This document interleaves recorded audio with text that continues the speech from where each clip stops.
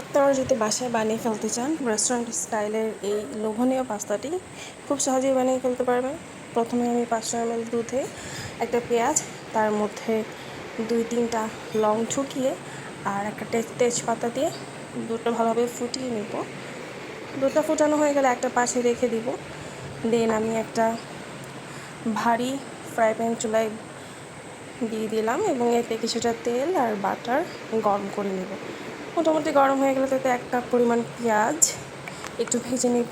দিয়ে দিব 1 কাপ পরিমাণ চিকেন কিউব আর হাফ চা চামচ আদা বাটা রসুন বাটা।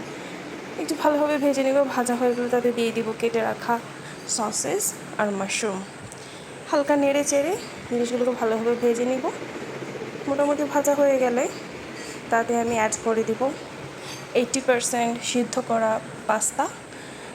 দেন সব একসাথে ভালো করে মিক্সড করব। এতে দিয়ে দিব হাফ চা চামচ চিলি ফ্লেক্স, হাফ চা চামচ অরিগ্যানো আর হাফ চা চামচ কালো গোলমরিচের গুঁড়া।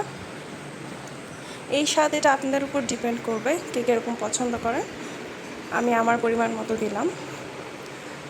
নেড়ে চেড়ে মিক্সড করে তাতে দিয়ে দিব 1 চা চামচ চিনি আর পরিমাণ মতো লবণ দিয়ে ভালোভাবে আবার মিক্স করব।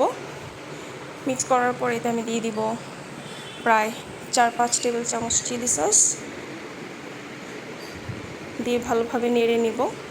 এই পর্যায়ে আমাকে হাই হিটে রান্নাটা করতে হবে। দিয়ে দিব ফুটিয়ে রাখা দুধ। আমি এখানে 500 ml পরিমাণ দিয়েছি।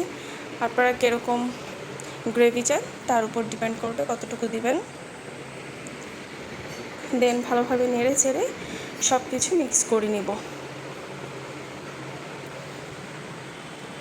তারপর এতে দিয়ে দিব 4 টেবিল চামচ ডানো ক্রিম। এই পার্টটা অবশ্যই করতে হবে যদি আপনারা একটা ক্রিমি রিচ ফ্লেভারের পাস্তা চান সেই ক্ষেত্রে।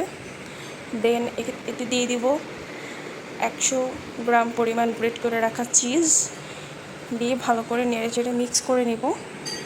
মিক্স করা হয়ে গেলে লবণ অরিগ্যানোর টেস্টটা চেক করে দেখলাম একটু কম লাগছে, তো আমি আরেকটু দিয়ে নিলাম।